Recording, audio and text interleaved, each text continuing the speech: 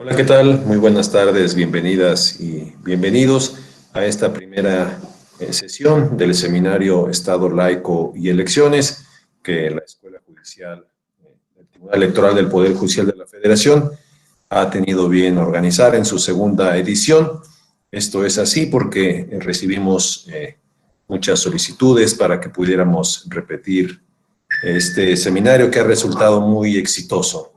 Y el día de hoy estamos muy contentos y nos vestimos de gala por tener la presencia del doctor José Manuel Villalpando en la primera sesión, a quien a nombre de las magistradas y los magistrados del Tribunal Electoral del Poder Judicial de la Federación, de la doctora Gabriela Rubalcaba, directora de la Escuela Judicial, le damos la más cordial bienvenida y nuestro agradecimiento por encontrarse nuevamente con nosotros.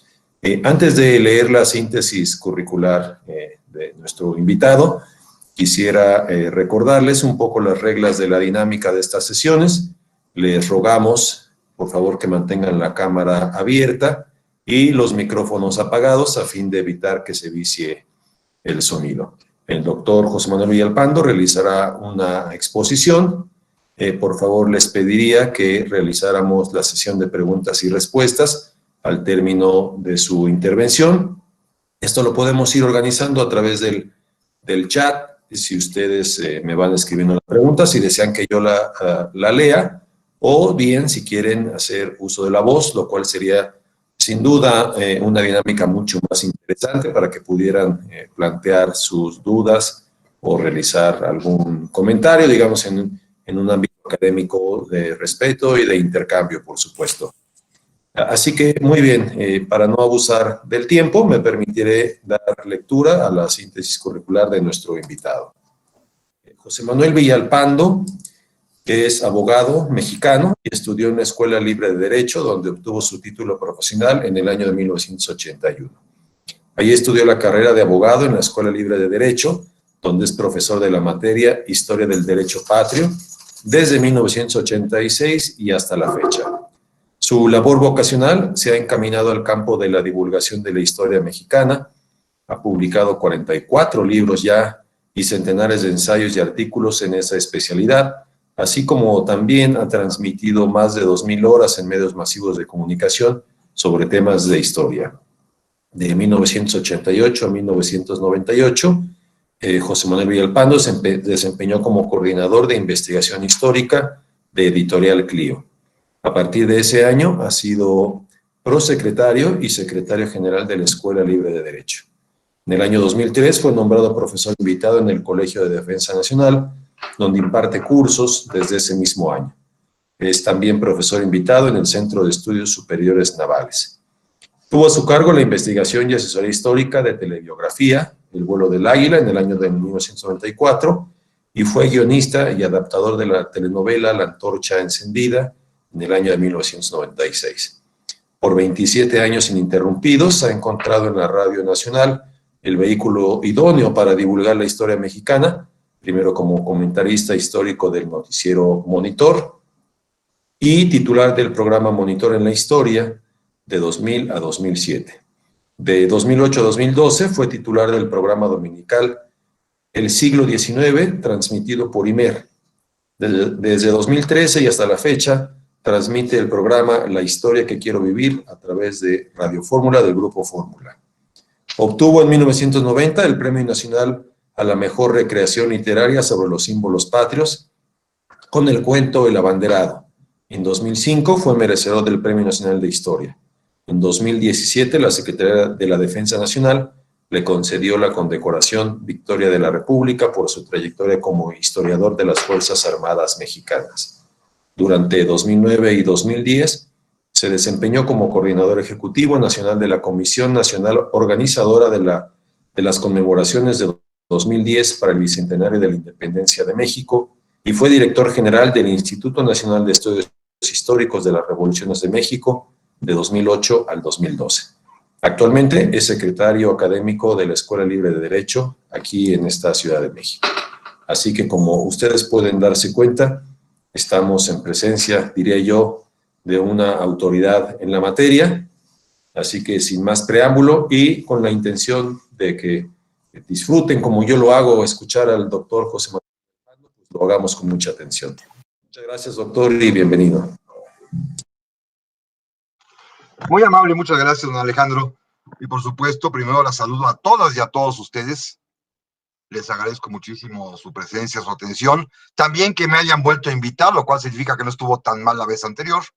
Y esto pues me honra muchísimo porque, bueno, este es un tema apasionante que se refiere al Estado laico, que es algo que sigue vivo. Los debates están todavía a la orden del día. Obvio, afortunadamente no me toca entrar a las cuestiones contemporáneas, pero simplemente nos vamos a referir a cómo surge esta idea del Estado laico en el siglo XIX. ¿Por qué surge? Y sobre todo, ¿cuál ha sido en ese siglo formativo mexicano? ¿Cuál fue la manera como se resolvieron las cuestiones candentes, como ahorita veremos, relativas a la laicidad o no laicidad del Estado? Para poder hacerlo de manera un poco más, diría yo, no sé si amena es la palabra, pero sí más adecuada a mi juicio, sobre todo didáctica, y que lo probé en la sesión anterior hace ya algunos 6, 7 meses, me gustaría iniciar el tema haciéndoles una especie de rápido panorama en una equiparación, por supuesto que es totalmente ridícula, si ustedes quieren, creada por mí, para poder entender el Estado laico, es decir, las relaciones entre la Iglesia y el Estado en México en el siglo XIX, yo podría equipararlas a una relación matrimonial. En ese siglo XIX hay 3 momentos muy claros. Uno de ellos que comenzará, que ahí iniciaremos en 1810 y que culmina en 1855, cuando el Estado y la Iglesia son un matrimonio perfecto. Hay un segundo tramo que corre de 1855 hasta 1880, diría yo, en el que se divorcian, se pelean a muerte. Y hay un tercer bloque, un tercer tramo, que correría a partir de 1880 y que para efectos de la plática de hoy terminaría en 1910, en el que la Iglesia y el Estado, como muchos matrimonios, se reconcilian en lo oscurito, en lo clandestino, se siguen amando, se quieren, pero oficialmente aparecen como divorciados. 3 momentos muy claros, porque ya a partir de 1910 tendrán ustedes la oportunidad mañana de escuchar a Alejandro Rosas, que es verdaderamente un experto en el siglo XX, y él seguramente lo diría mucho mejor que yo. Pero para el efecto del siglo XIX, creo que podemos perfectamente bien dividir esta plática a través de esos 3 momentos en este ejemplo, un tanto cuanto forzado que he realizado, pero que créanme, o sea, viene perfectamente bien a las características, a las condiciones, a las circunstancias de lo que atravesaron juntos la Iglesia y el Estado en el siglo XIX. La laicidad, sí, la laicidad es un concepto que surge en ese siglo, pero a la mitad del siglo, antes no. Antes, repito, es un matrimonio bien avenido, porque de otra manera no podemos explicar que la independencia de este país la haya iniciado un sacerdote católico. Miguel Hidalgo y Costilla es un sacerdote católico, que además el día 16 de septiembre de 1810, cuando da el grito allá en Dolores, entre las muchas cosas que dice, es que el pueblo mexicano se levanta en armas porque la santa religión está en peligro de los impíos. Y como ustedes recuerdan, también al final, cuando grite viva la independencia, enseguida va a gritar viva la religión. Es un movimiento independentista que se inicia de la mano y de la voz de un sacerdote, que es quien encausa esos deseos populares de libertad, quien los conduce y quien además no se cansa de repetir que su movimiento, como consta en su propio proceso,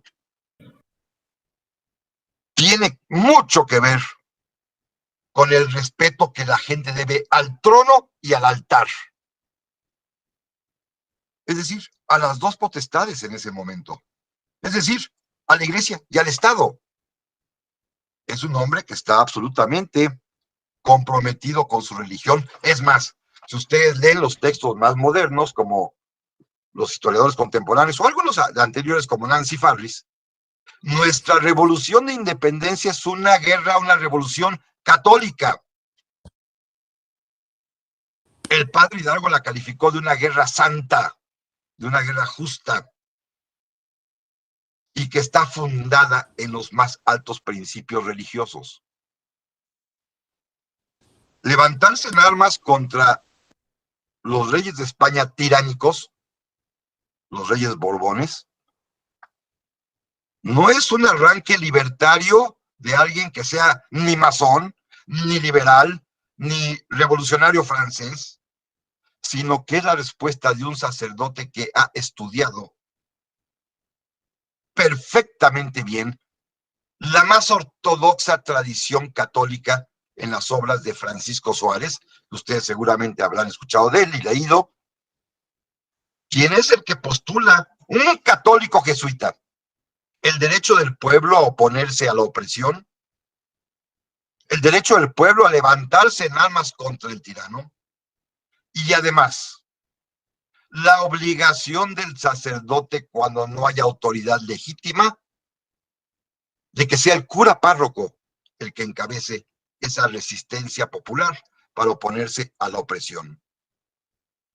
Es pues un sacerdote, no liberal, es un sacerdote católico de lo más ortodoxo que se puede uno imaginar, que está justamente poniendo en práctica sus propios conocimientos teológicos, dándole vida a la obra de Francisco Suárez. Está buscando, pues, una revolución justa, santa, la llama él. Y algo muy curioso, cuando Lucas Alamán, este gran historiador que vivía en Guanajuato en ese entonces, se acercaba a los soldados de Hidalgo después de que tomaron la Lóndiga de Granaditas y les preguntaba, oigan, ¿y ustedes por qué siguen al cura Hidalgo? Ellos con mucha inocencia le decían, pues ¿cómo? ¿Para qué? Para ir a la Ciudad de México y poner al señor cura en el trono del virrey. Que nos gobierne el sacerdote, era la ilusión de esta gente. Y como ven, por supuesto, allí no hay nada de Estado de laico. No hay ninguna laicidad. Se trata de un movimiento popular extremadamente católico, conducidos por un sacerdote que además, como todos sabemos, tomó como bandera del movimiento libertario una imagen religiosa, a la Virgen de Guadalupe, que extrajo del santuario de Atotonilco, y que pues hará, como él mismo dice, que ella le dé fe a los débiles y valor a todos para poder pelear por los derechos de la causa justa. Y si esto es el comienzo, un sacerdote que encabeza la guerra, como todos sabemos, su continuador, el que será el mayor estadista que México ha dado, es también sacerdote. Me refiero naturalmente a José María Morelos y Pavón. También, repito, cura párroco, católico. Y seguramente ustedes lo habrán hecho ya, pero basta una relectura de los sentimientos de la nación para que nos percatemos de cuál es el tamaño enorme de la influencia de la religión y de la doctrina cristiana que en Morelos tiene y que lo lleva a postular lo que él está diciendo en ese documento. Recuerden que comience declarando la catolicidad única de la patria Recuerden también que inclusive tiene frases en latín exigiendo la pureza de la religión. Recuerden también que sus frases maravillosas, que se refieren naturalmente a la condición de los pobres, las toma, como él mismo dijo, en la Sagrada Escritura. Recuerden que él mismo anunció que su papel era más bien como uno de los profetas del Antiguo Testamento, con palabras propias de él que declarará en su proceso, y que, por supuesto, su finalidad es crear este Estado nuevo, independiente de España, sí, pero absolutamente fundado y fincado en los principios de la catolicidad, de la moral católica para el comportamiento privado y, naturalmente, de los preceptos del derecho canónico para el comportamiento público. Si dos sacerdotes son los que dan inicio a nuestra libertad, pues evidentemente va a quedar durante mucho tiempo marcada esta vinculación absoluta entre la Iglesia y el Estado. Recuerden también ustedes que en este tiempo independentista, cuando se convoca al Congreso de Anáhuac,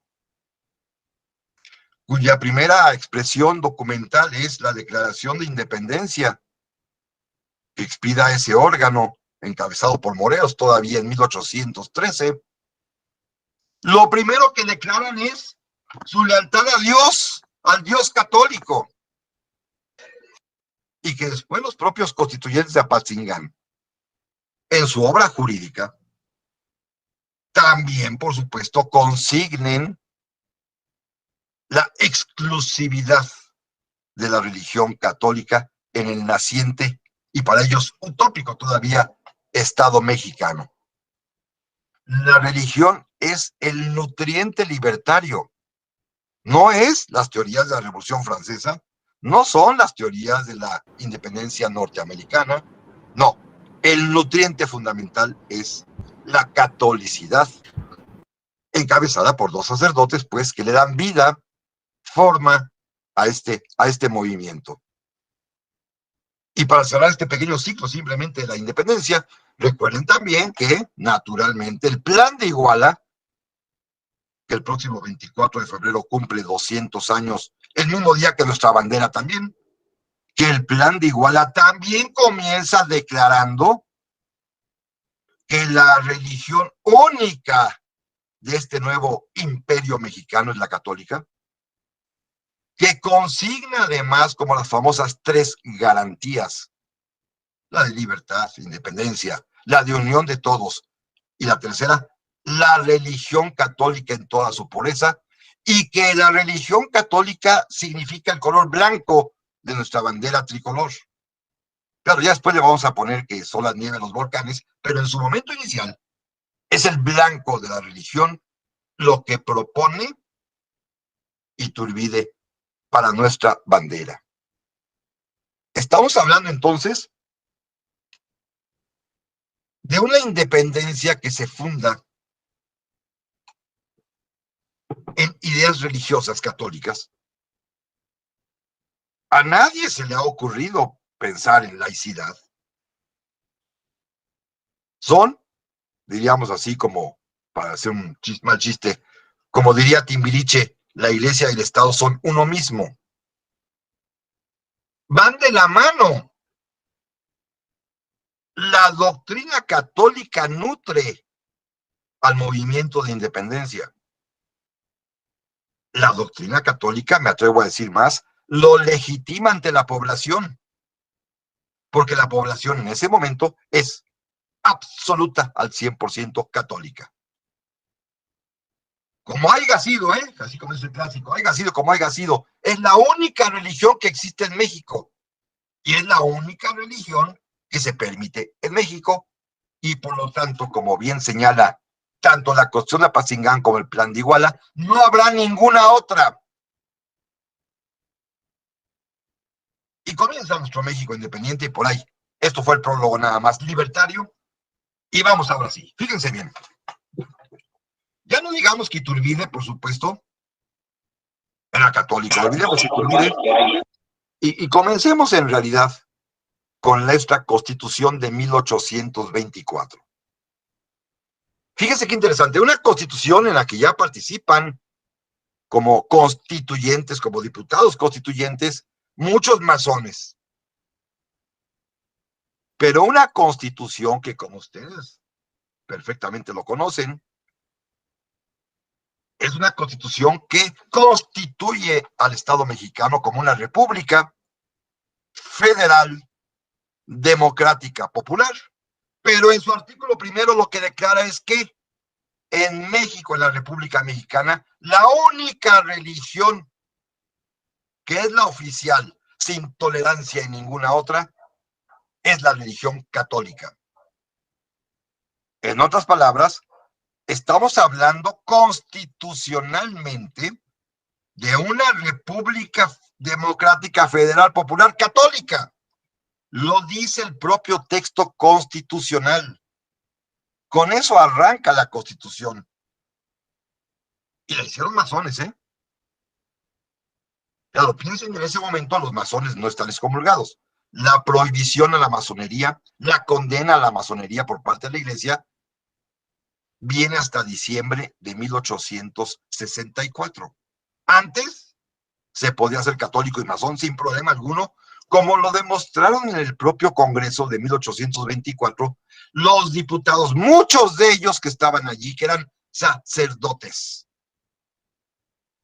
En ese mismo Congreso, las dos logias masónicas que ya se disputaban la manera de darle continuidad y diseño a México, la logia masónica yorquina, la logia masónica escocesa,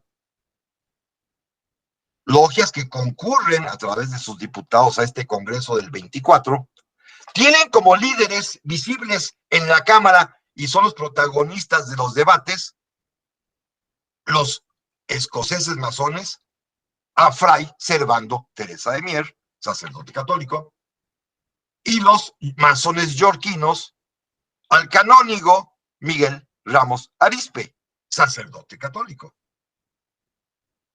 Es decir, los dos diputados que están construyendo los debates para poder llegar y arribar a nuestra primera constitución son sacerdotes. Y los dos son masones. Es algo muy peculiar. ¿Sigue siendo la Iglesia y el Estado uno mismo? E inclusive los propios sacerdotes son capaces de discutir en público. Son políticamente enemigos, pero fíjense bien, siguen siendo hermanos, ¿eh? Son sacerdotes los dos. Algo muy curioso, en el Congreso 24, ambos, que eran los protagonistas de los dos debates, se decían hasta la despedida, se abominaban, se ofendían, pero en privado eran dos colegas sacerdotes que tenían amistad, a grado tal que cuando Fray Servando Teresa de Mier, años más tarde, está a punto de fallecer en el lecho de muerte, quien pidió lo fuera a confesar y a darle la extrema unción fue a su amigo Miguel Ramos Arizpe. Entonces son muy amigos, aunque debatan en el Congreso, aunque se hubiesen peleado cada quien defendiendo uno la forma federal, otro la forma central, que no viene al caso, pero los dos, y al igual que los demás diputados, todos por unanimidad acordaron que en la Constitución quedara establecida la unicidad, la exclusividad de la religión católica como la única mexicana, sin tolerancia de ninguna otra. Estamos pues en una república católica, absolutamente. Al amparo de ella se elige a nuestro primer presidente, que todos conocemos, a Guadalupe Victoria, un católico también convencido, tanto que hasta ha adoptado el nombre de la Virgen de Guadalupe para llamarse a sí mismo, abandonando José Miguel Ramón Adauto Fernández Félix, ahora mejor se llama Guadalupe Victoria. Un presidente de la República que cual si fuera Vicente Fox, para meterle calor, lo primero que fue a hacer después de ser electo fue ir a agradecerle a la Virgen al Tepeyac y a ponerse a sus órdenes, faltaba más. Es un estado católico, insisto en eso, y nadie lo ve mal. Es una constitución católica, es un país católico.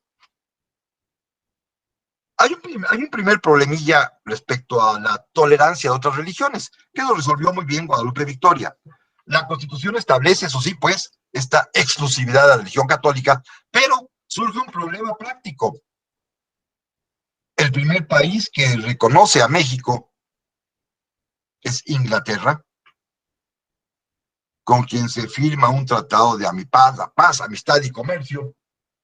Pero en este tratado los ingleses, sabedores de que México es una república católica sin tolerancia en ninguna otra, pues piden una clausulita especial. Oiga, el personal de la embajada, los inversionistas, los técnicos que vayan de Inglaterra a México, que había muchos, sobre todo en materia minera, pues todos ellos son anglicanos. ¿Qué vamos a hacer para que puedan practicar su religión? E inclusive, llegado el momento, si falleciesen en México, pues no pueden ser enterrados en un cementerio católico. Recuerden que los anglicanos tienen un problema larguísimo de antaño de pelea con el catolicismo en aquellos tiempos, que surge desde los días de la reina Isabel I, cuando se pelea con Felipe II, y se abominan las dos religiones, pero los ingleses, que acaban de reconocer a México y sobre todo que nos acaban de conceder un cuantiosos préstamos internacionales, los primeros empréstitos mexicanos y de ahí para acá la deuda externa, pues quieren garantías religiosas para sus súbditos, tanto diplomáticos como inversionistas, como empleados, que visitarán México. Y Guadalupe Victoria accede y se hace una excepción a la Constitución. Llegan los primeros, pues, ingleses que no son católicos, son anglicanos. Se les permite construir un pequeño templo, que a lo mejor ustedes han visto todavía en su última versión, es la capillita de San Pablo, que hoy es museíto, que se encuentra en la esquina de San Cosme con circuito interior, en donde estaba el antiguo panteón inglés, que era el panteón precisamente que se decidió, que se acotó para que en él fueran sepultados los súbditos ingleses anglicanos, y después se extendió a los de otras religiones que fallecieran en México. Pudieron abrir pues su propio templo a partir de 1825, y es la única excepción a esta catolicidad general. Por ser ingleses, porque los mexicanos a chaleco tienen que ser católicos. El presidente Guadalupe Victoria, en su propio gabinete, invita como ministro de Justicia a Miguel Ramos Arizpe, su amigo, a ofrecer, bueno, no, porque está muy viejito y ya está muy enfermo y se le va a morir en pleno ejercicio presidencial a Victoria, pero también invita a otro sacerdote más, a Pablo de la Llave, un veracruzano, sacerdote, botánico experto, director del Museo Nacional, como se llamaba entonces, que incluía desde historia natural y antropología, y a Pablo de la Llave, que conocía muy bien Europa. Ramos Arizpe nunca vio Europa, pero Pablo de la Llave estudió en Europa. Se le ocurre una idea que es proverbial.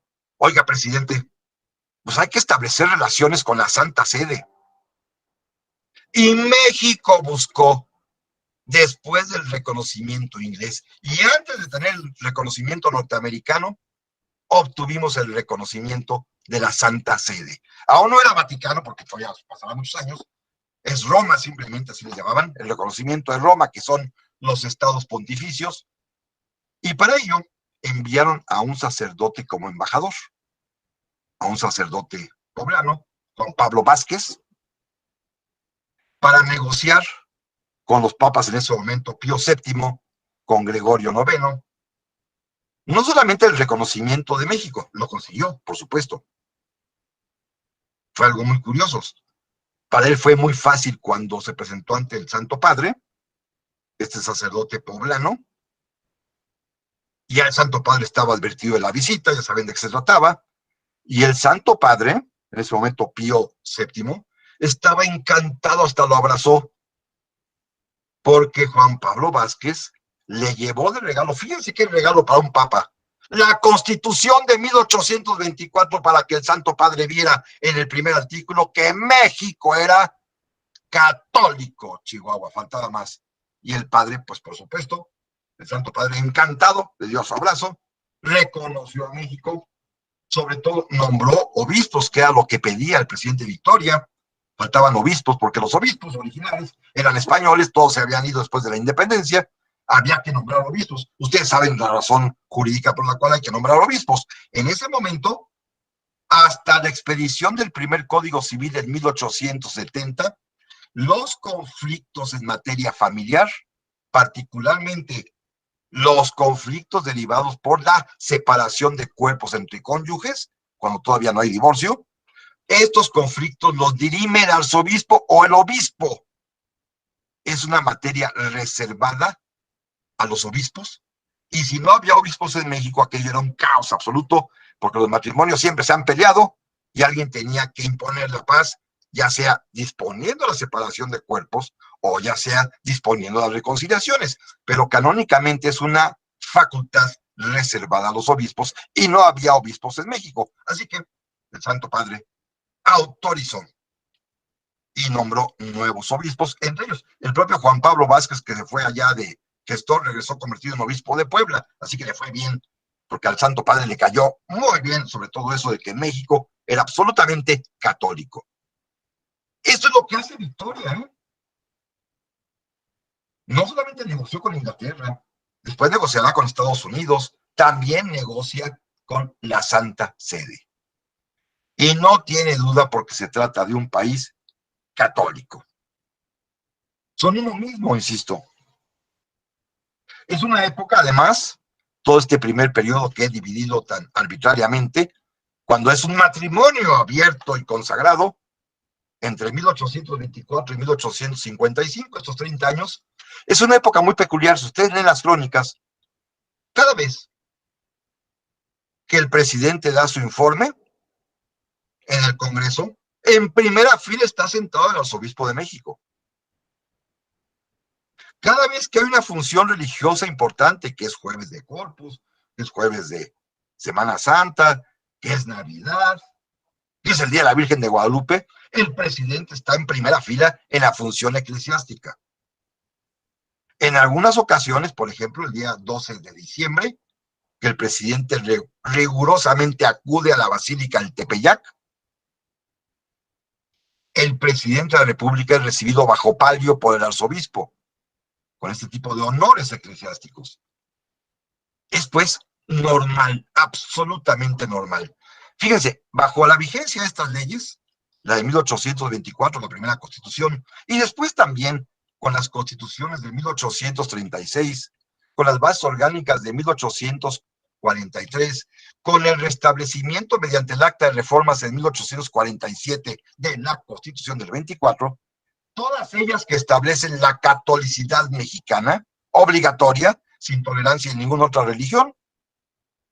Todos los funcionarios públicos acuden a funciones eclesiásticas y tienen lugar de honor en ellas.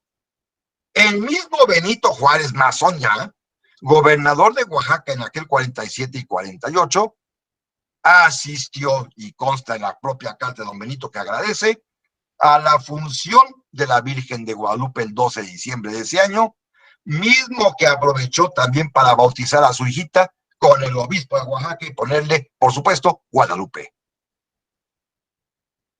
Así que es una relación normal que sucede porque se trata de una república católica.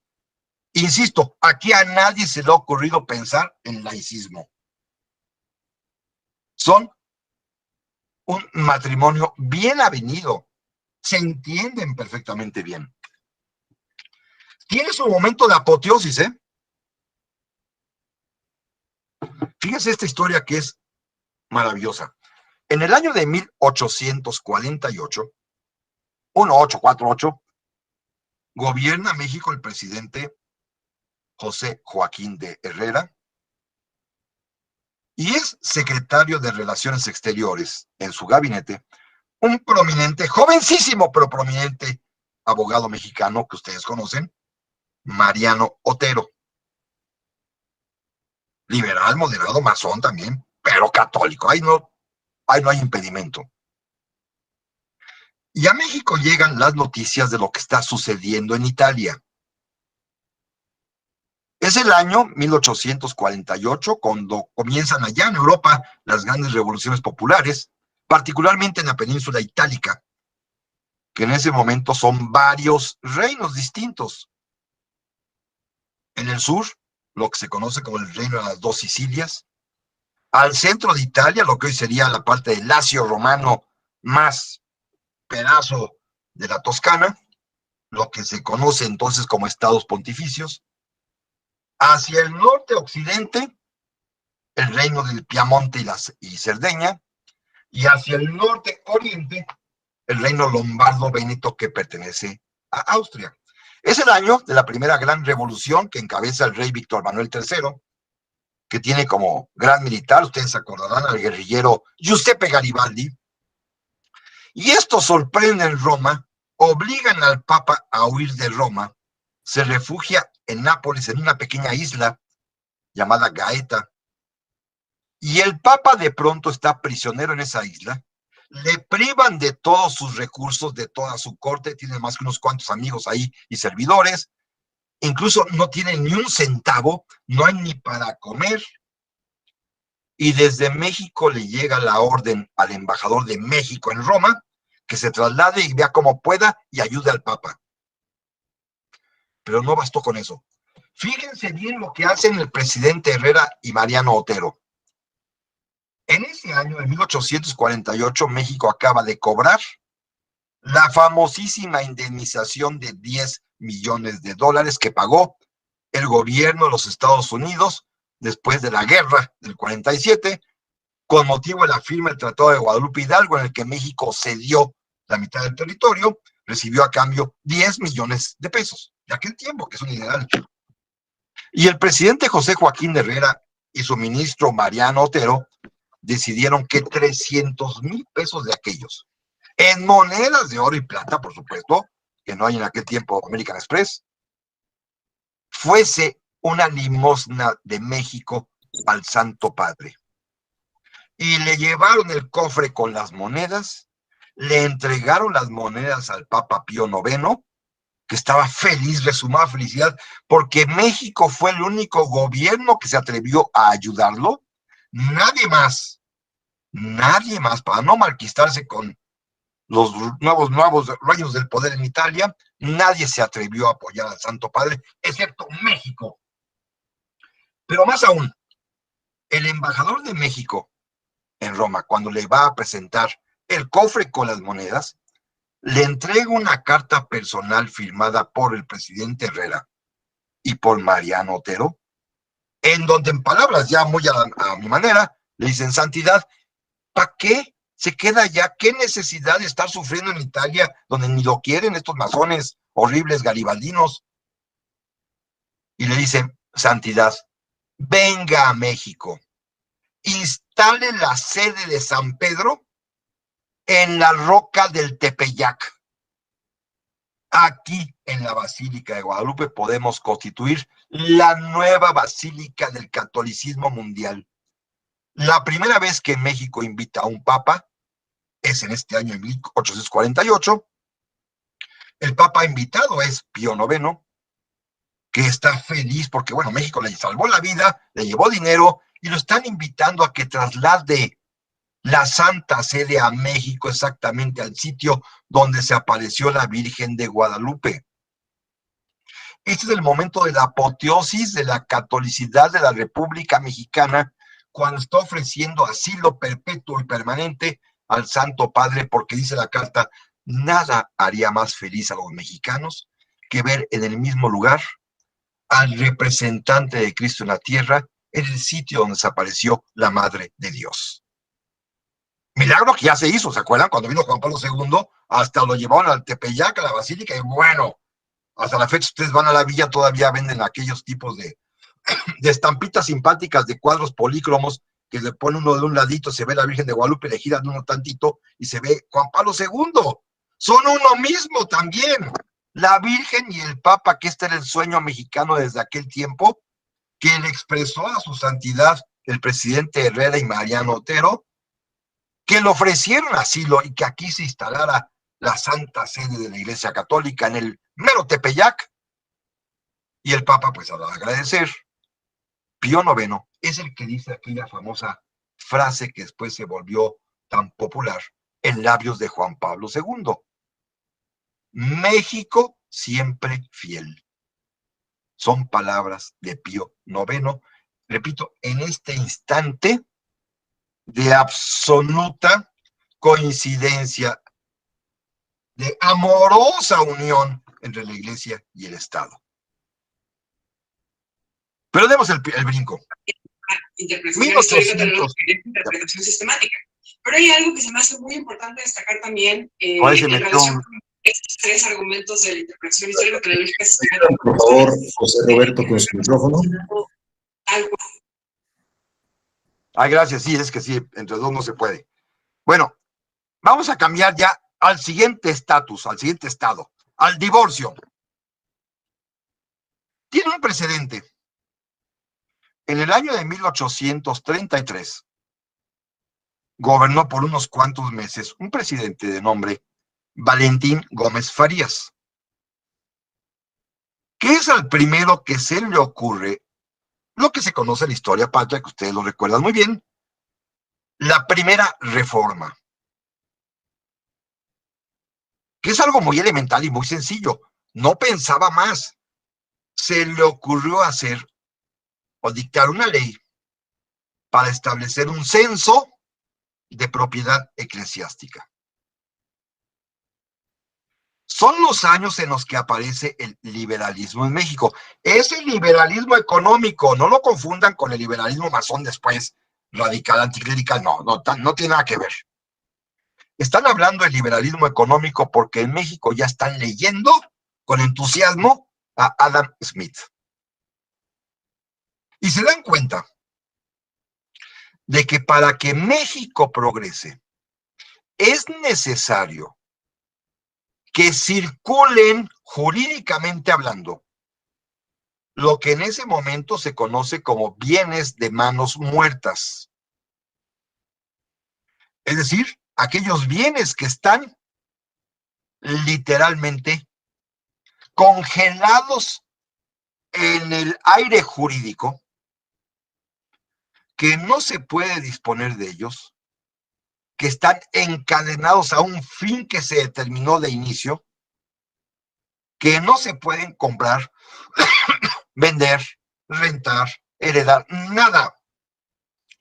Están consagrados por los siglos de los siglos a un objetivo. Este tipo de bienes son dos. Los bienes que están afectados a los pueblos de indios, las tierras de comunidad que el rey dotó, que según las propias cédulas reales están destinados a ese pueblo por toda la eternidad, y el pueblo no puede disponer de ellos ni venderlos. Y segundo, los bienes que fueron dejados o heredados o legados por cientos de miles de difuntos a lo largo de más de 300 años de vida colonial para algún fin caritativo y que administran los juzgados de capellanías que dependen de la iglesia. Un señor se moría y en el momento de estar en trance en su lecho de muerte y que el sacerdote llega a dar esta emoción y al confesarlo, oye, pero si eres un pecador irredento, ¿qué va a hacer para salvar tu alma? La caridad es importante, y el Señor en ese momento deja pues una haciendita, un ranchito, una casa, para que con esos ingresos de ese bien se sostenga un orfanato, un asilo, una cocina pública, un dispensario médico, una escuela, se construyan torres para la catedral, se dote a un seminarista, a una monja se le dé también para que pueda vivir, lo que ustedes quieran y manden. Era la manera como las personas ganaban el cielo después de una vida pecadora, como se vale arrepentirse en el último momento, el sacerdote aprovechaba junto con el notario y venga para acá algo de caridad. Y las leyes españolas asignaban todos esos bienes dejados, legados para obras pías, como le llamaban entonces, bajo la administración de la iglesia. Son bienes que están congelados también estos. Los pobres nunca se van a terminar, así que si el Señor dejó dinero para un asilo, para un hospicio, para un orfanato, para una cocina pública, siempre habrá este fin que cumplir.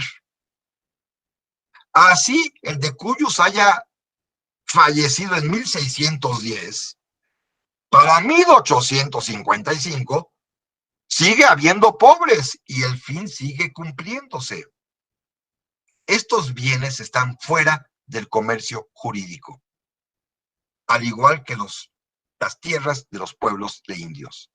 No se pueden tocar, jurídicamente hablando, estoy hablando con abogados. Estos bienes se les llamaba genéricamente bienes de manos muertas, porque están muertos, pues, en el espacio están muertos, intocables, congelados, diría yo.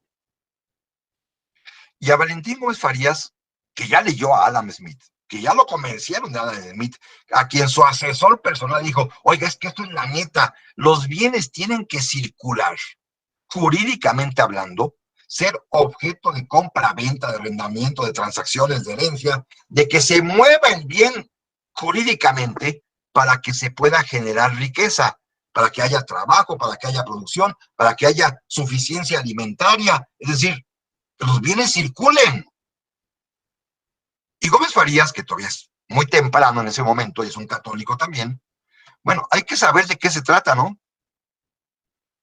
Y dicta la ley del censo de la propiedad eclesiástica. Un censo nada más, hacer un registro de cuántos bienes, de qué se trata. Su asesor personal, que es un gran economista, el primer economista que hubo en México, el que propone esta medida, el que le explica a Gómez Farías lo que ha dicho y pensado Adam Smith, se llama José María Luis Mora. ¿Y qué creen? Es sacerdote católico. Pero bueno, esta reforma ni siquiera prosperó porque inmediatamente que es promulgado el decreto del censo, Santana regresa a la presidencia de la República, echa para siempre a Valentín Gómez Farías y se acabó y todo el mundo puede respirar tranquilo. No pasó nada.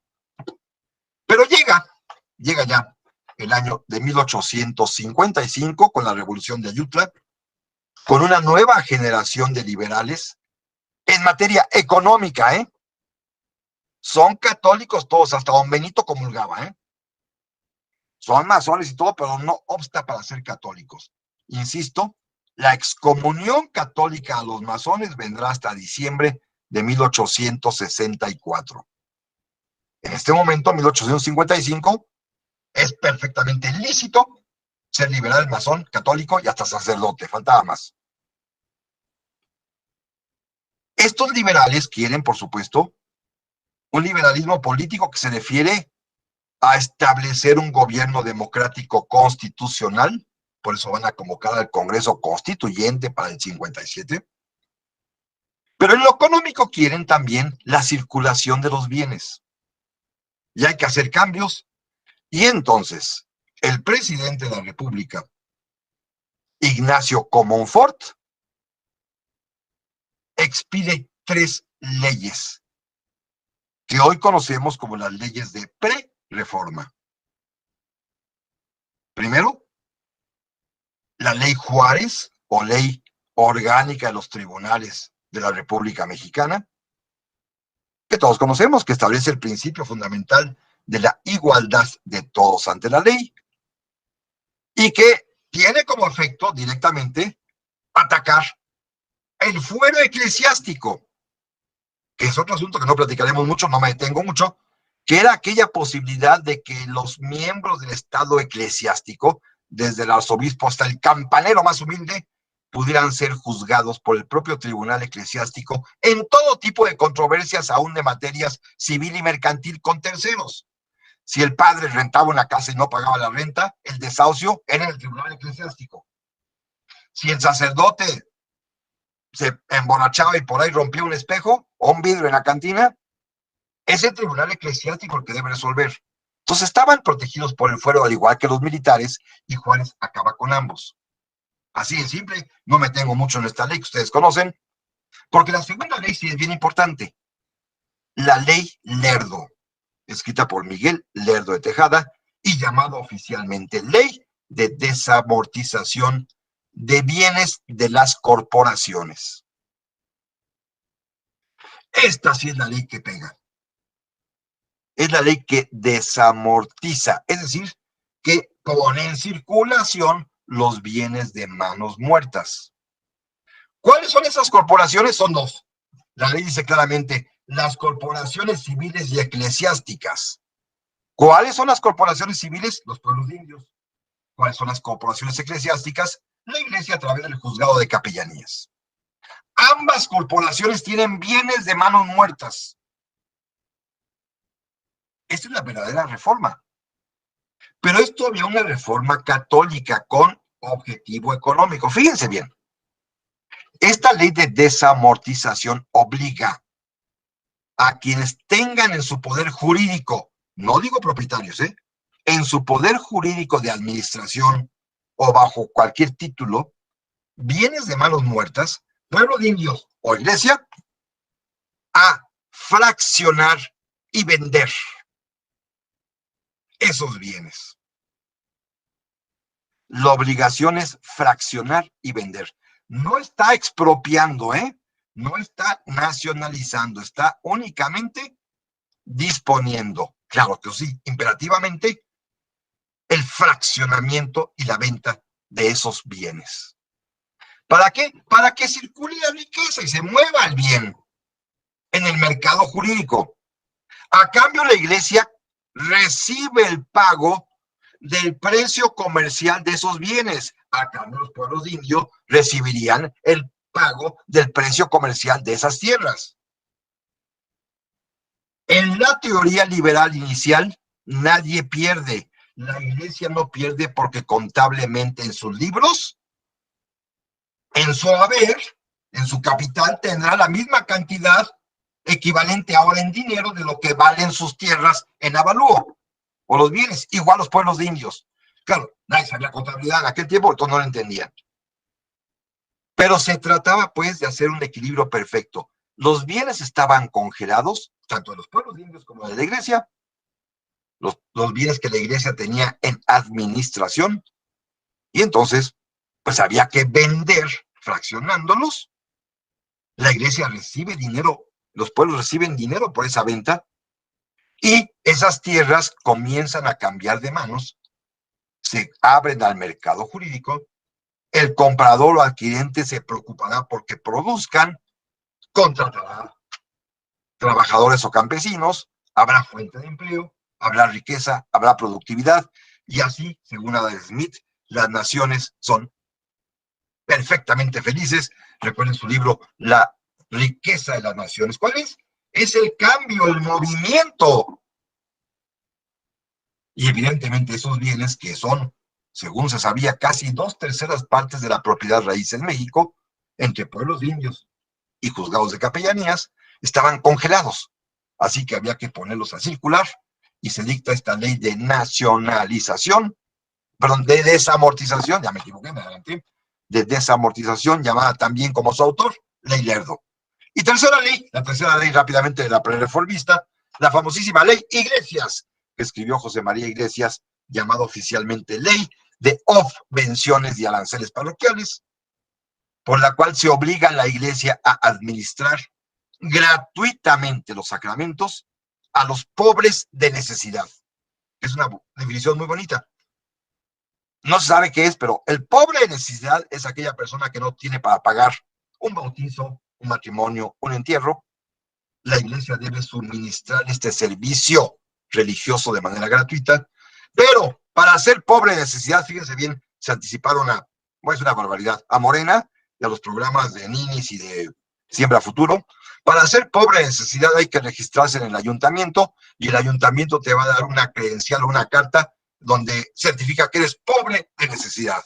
Y ya con esa carta puedes ir con la iglesia para que te brinden gratuitamente el sacramento. Es maravilloso, ¿no? Para que vean que no hay nada nuevo bajo el sol. Ya todo esto tiene su antecedente de muchísimo tiempo atrás. Estas son las 3 leyes pre-reformistas que causan un escándalo terrible. La iglesia está ofendidísima. ¿Qué le molesta a la iglesia? Los bienes, ¿eh? No son suyos, los tiene en administración, pero le dan poder. Para esto, en esos mismos días se reúne el Congreso Constituyente de 1856 y 1857, y como ustedes seguramente recuerdan, en la Constitución resultante no se incluyó la libertad religiosa ni la libertad de cultos. Se estableció que el Estado mexicano protegerá con leyes sabias y justas a la religión católica. Todavía siguen siendo católicos, ¿eh? Pero no dan el paso y no hay libertad de cultos. No hay libertad religiosa. Son católicos. Pero se les ocurrió trasladar íntegro al texto constitucional convertido en artículo 27 la ley de desamortización de Miguel Lerdo. La elevaron al rango constitucional, aún siendo una constitución católica. Si ustedes recuerdan, la propia Constitución del 57, lo pueden leer en su Tengan Ramírez, Leyes Fundamentales de México, la propia Constitución del 57 comienza, las primeras palabras de la Constitución son en el nombre de Dios y con la autoridad del pueblo mexicano. Es una Constitución totalmente católica, pero incluyó ya como parte de su articulado la ley de desamortización, y esto sí, como se dice, enchiló a la iglesia. Ya le estaban haciendo perder los bienes que detentaba o administraba. Y la iglesia condenó la Constitución del 57, declarándola herética. Lanzaron un edicto de excomunión para todos aquellos funcionarios, servidores públicos, militares, toda persona que jurara aceptar la Constitución quedaba excomulgada. Toda persona que obedeciera a los mandatos de la Constitución quedaban excomulgados. Toda persona que adquiriera bienes desamortizados de la iglesia quedaba excomulgado. Pero fíjense, no se atrevieron a decir la razón por la cual la Constitución era herética. ¿Qué es lo que les calaba? Por los bienes. Utilizaron un subterfugio jurídico, teológico, y como la Constitución ya decía que la soberanía dimana del pueblo y se ejerce en su favor, llegaron los obispos de México a la conclusión de que la soberanía no puede dimanar del pueblo porque eso atenta contra el dogma católico, ya que todo buen cristiano sabe que la soberanía dimana de Dios. Y entonces, según la iglesia, la Constitución que consagraba este principio de la soberanía popular, en lugar de la soberanía originaria en Dios, es herética y los excomulgó a todos. ¿No es maravilloso? Es fantástico. El pretexto de fondo son los bienes. Es la pelea por el poder económico que tenía la iglesia al administrar todos los bienes que los decuyos habían dejado a lo largo de 350 años para obras de caridad y que por la ley española antigua tenía la iglesia que administrarlos. Esto es lo más interesante y lo más importante. La iglesia se ofende porque le están quitando este poder jurídico sobre esos bienes y utiliza como argumento uno teológico que se sacan de la manga de que el poder dimana de Dios y entonces como la Constitución dice que del pueblo, herético y excomulgados los que la juren. Esto, como ustedes bien saben, va a reventar más adelante. Esto sucede el día 5 de febrero del 57, cuando se jura la Constitución. Ese día los diputados, encabezados por Valentín Gómez Farías, juran la Constitución, y ustedes recuerdan, la escena es maravillosa, porque Valentín Gómez Farías y todos los demás tuvieron que arrodillarse frente a un altarcito con un crucifijo, con los evangelios al frente, para protestar, jurar y defender la Constitución. Fue fabuloso. Es un acto católico todavía. Al día siguiente los excomulgaron, pero bueno. Esto va a llegar a su exceso, como ustedes bien saben, en el mes de diciembre de ese mismo año, cuando tome posesión el presidente Comonfort, ya como presidente constitucional, y se dé a sí mismo un golpe de Estado. Desconozca la Constitución, y lo hace porque lo presionan los militares que están excomulgados, los servidores públicos, funcionarios que están excomulgados, todo el gobierno está excomulgado, él mismo está excomulgado, pero además lo presiona su mamá, que su mamá era muy católica, fervorosa, apostólica y romana. Su mamá, Elena Solterón, vivía con su mamá en Palacio Nacional, su mamá iba a misa todos los días a catedral, y un sacerdote, Francisco Javier Miranda, le lavó el cerebro y le dijo: señora, ¿cómo es posible que usted permita que su hijo se condene? Y como Ford no cedía, llegó el momento en que la presión fue tal de que: señora, usted y su hijo se van a condenar, porque una madre que no logra que su hijo marche por el buen camino también se va al infierno. Y la buena señora, espantada, pues le lloraba a su hijo, y finalmente a su hijo, por su mamá, pero por las presiones políticas que tenía, desconoce la Constitución, y esto hace, primero, que se asuma la presidencia de la República el presidente de la Corte, que es Benito Juárez, y segundo, que estalle la guerra de reforma, que es lo que nos interesa. Una guerra en la cual la Iglesia financia durante año y medio a los conservadores. Una iglesia en la cual durante el primer año y medio las derrotas de los liberales son absolutas, y Juárez tiene que huir de México a Querétaro, Guanajuato, Guadalajara, Colima, Mazatlán, dar la vuelta por mar, llegar a Veracruz y ahí quedarse. Una época en la cual pues todos pierden, los liberales pierden todas las batallas y los conservadores ganan todas, y ven surgir a un joven militar que se llama Miguel Miramón. Pero un buen día, los propios conservadores se pelean y deponen a Miguel Miramón, a Félix Zuluaga, y sube a la presidencia Miguel Miramón, que es un chavito de 27 años y que piensa liberar el condenado.